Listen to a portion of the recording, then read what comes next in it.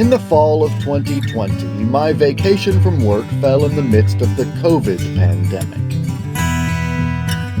This is me, and this is my friend Mike from St. Louis. We set out across my home state of Oklahoma to see the sights. We drove through small-town America, experienced natural wonders and unique attractions, and the urban sophistication that is Oklahoma. Along the way, I took time for some silliness, some good conversation around a campfire, and quiet contemplation. The wonders of my state unrolled before me as the miles unrolled behind me. So come on, let's hit the road.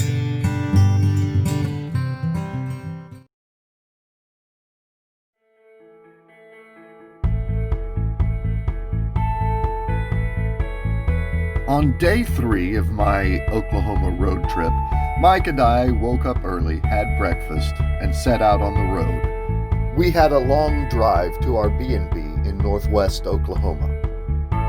Along the way, we stopped in Waynoka, Oklahoma, a small town of less than 1,000 people. Waynoka means Sweetwater in Cherokee. The town was founded in 1887 when the Atchison-Topeka-Santa Fe Railway Company created a major center in the town. There was a roundhouse for railroad cars, the nation's largest ice factory, as well as the nation's first restaurant chain, the Harvey House, which served railroad passengers and employees. The restaurant closed in 1937, and since then the building has housed the Waynoka Air and Rail Museum and several restaurants. It is empty, however, and falling into ruin.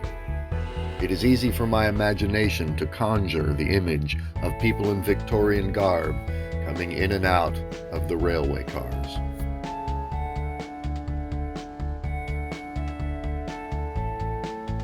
Back in the car, punk rock blaring on the radio, Mike and I headed deeper and deeper into northwest Oklahoma.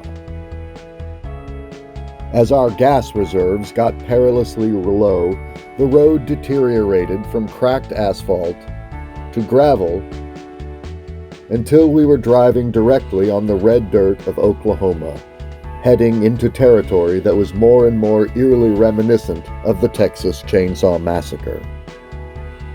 Finally, we arrived at the very patriotic Red Roof B&B and were led across the fields to our cabin. Here we are in the middle of northwestern Oklahoma. To be honest, I don't think we're even in a town. We're literally on a farm out here in the middle of nowhere. Came by some cows, but there's a zip line here, and we've got a fire pit, and there's below a ground level trampoline, she says. So we're gonna maybe go drive out and see the dunes or the salt flats, but this is the little cabin that we're staying in. It's cute.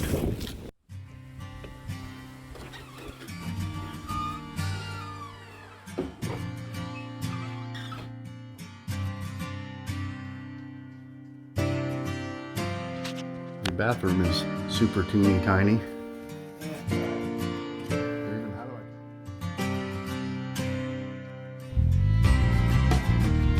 Hello, moo cows.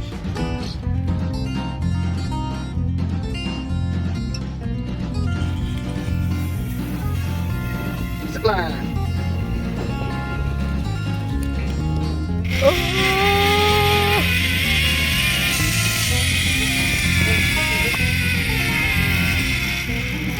Thrilling, absolutely thrilling.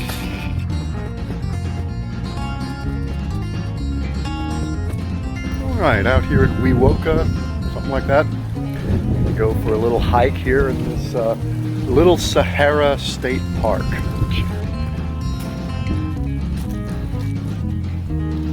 They say sand dunes, but it really seems like it's more for dirt bike riding and such.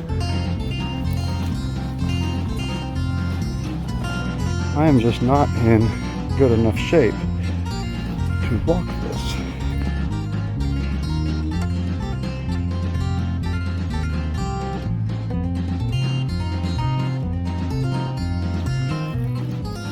I think it's going to be really nice and quiet and peaceful out here tonight.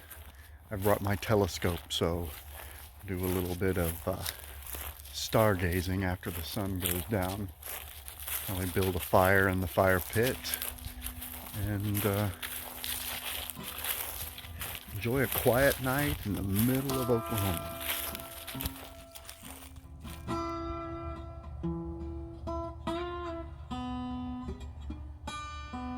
The sun was setting on another day of adventure.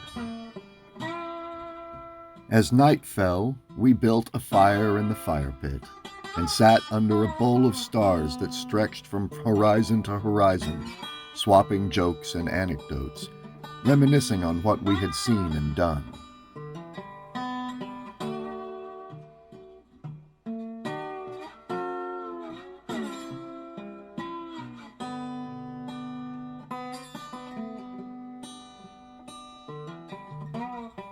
Conversation and laughter comes easily with old friends.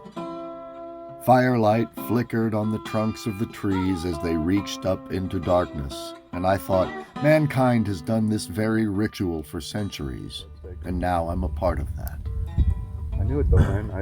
Every little town has one good diner that'll make good fried chicken, good chicken fried steak. The fire slowly died to glowing embers as Mike and I finalized our itinerary for the following day. Our eyes were growing heavy as we headed down the road to dreamland and the excitement of tomorrow.